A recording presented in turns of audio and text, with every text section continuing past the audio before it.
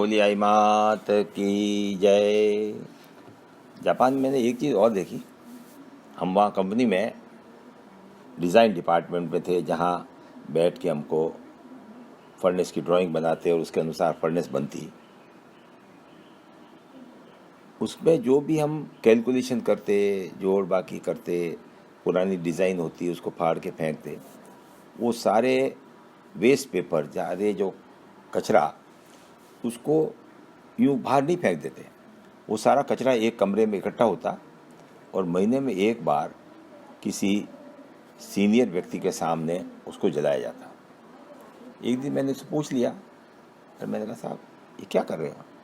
अरे कि भैया, अपने यहाँ की कोई भी बात बाहर नहीं जानी चाहिए।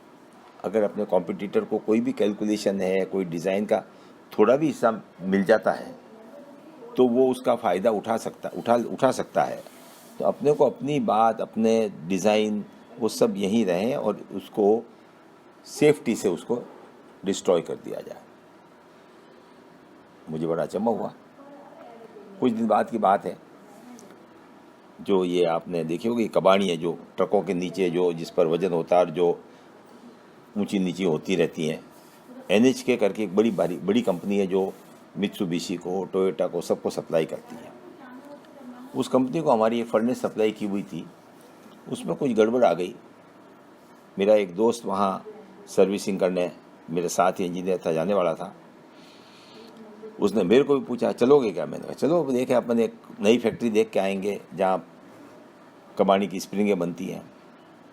हम गए वहाँ, फर्नेस में इधर उधर देखा, कुछ तकलीफ के बारे में कर रहे थे। जितने कि एक सुपरवाइज़र वहाँ आया, उसने उस जापानीज इंजीनियर को समझाया कुछ चीज़।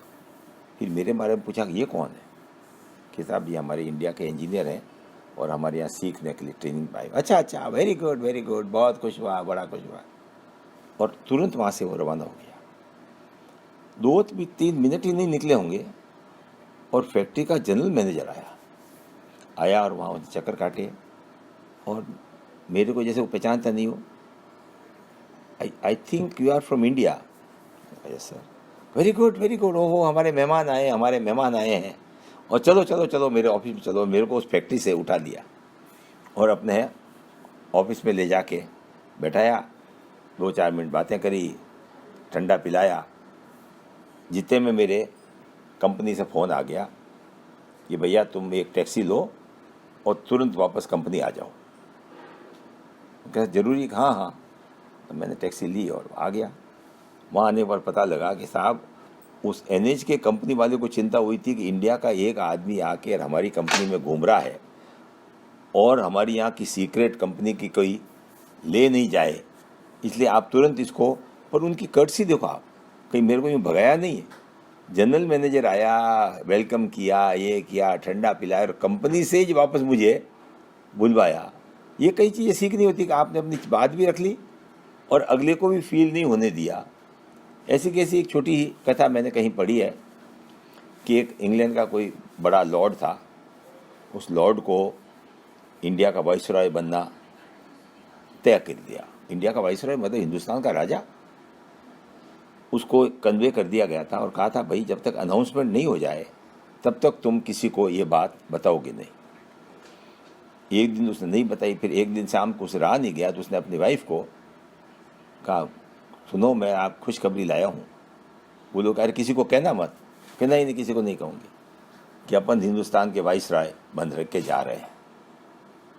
उसके दूसरे दिन कहीं कोई पार्टी थी, बात कुछ और हो रही थी, पर इसको ये बात अंदर समा नहीं पा रही थी। तो ये बोली यूं ही, कोई रेफरेंस नहीं, बात कुछ और चल रही कि अभी हिंदुस्तान में मौसम कैसा होगा।